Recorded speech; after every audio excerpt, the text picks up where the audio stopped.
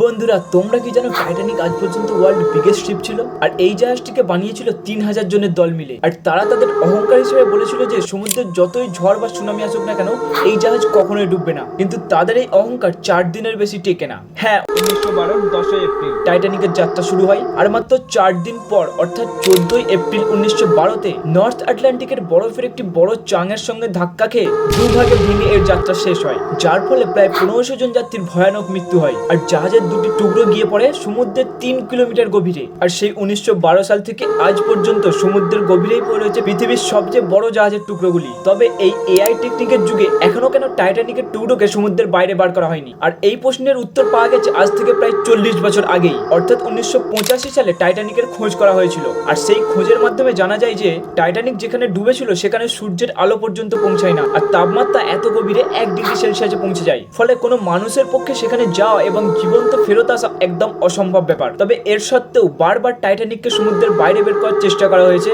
কিন্তু প্রতিবারই সেই চেষ্টা অসমাপ্ত রয়ে গেছে। তো আপনার কি মনে হয়, টাইটানিকের টুকরো কি কোনোদিন সমুদ্রের থেকে বাইরে বের করা যাবে? আমাদের কমেন্ট বক্সে লিখে জানাবেন এবং চ্যানেলটিকে সাবস্ক্রাইব করে রাখবেন এইরকম অজানা তথ্য পাওয়ার জন্য।